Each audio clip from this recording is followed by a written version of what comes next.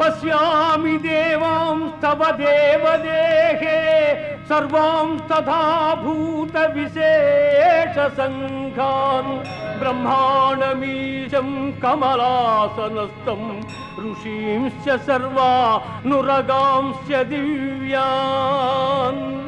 अनेकबाहूदरवक्त्रनेत्रं पश्यामि त्वां सर्वतो अनन्तरूपं नान्तं